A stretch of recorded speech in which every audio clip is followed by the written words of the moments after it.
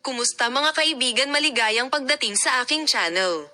Si Berensot ba ay isang tanda ng pagkakasundo pagkatapos ng pag-igting kasama sina Tuba Buyak-Usten at Engin Akurek. Ang huling pag-angkin na nagpapalipat-lipat sa magazine sa backstage ay nagpapakita na ang sikat na aktor ay nagsisikap na gumawa ng ilang mga hakbang upang iwasto ang kanyang mga dating kaibigan.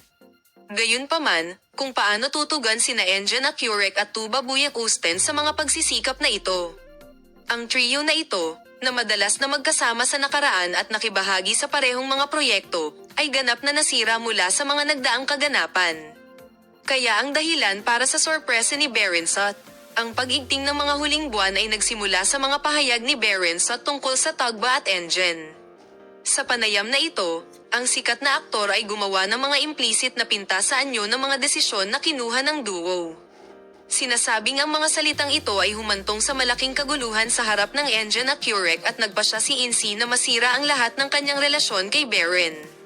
Si Tuba Buyak-Usten, sa kabilang banda, ay kumilos ng mas katamtaman sa simula, ngunit nagsimulang magpakita ng isang malayong saloobin sa hinaharap. Habang ang lahat ng ito ay nangyayari, sinabi ni Beren na ang ilan sa mga aksyon na ginawa niya sa social media ay may pagnanais na makipagkasundo.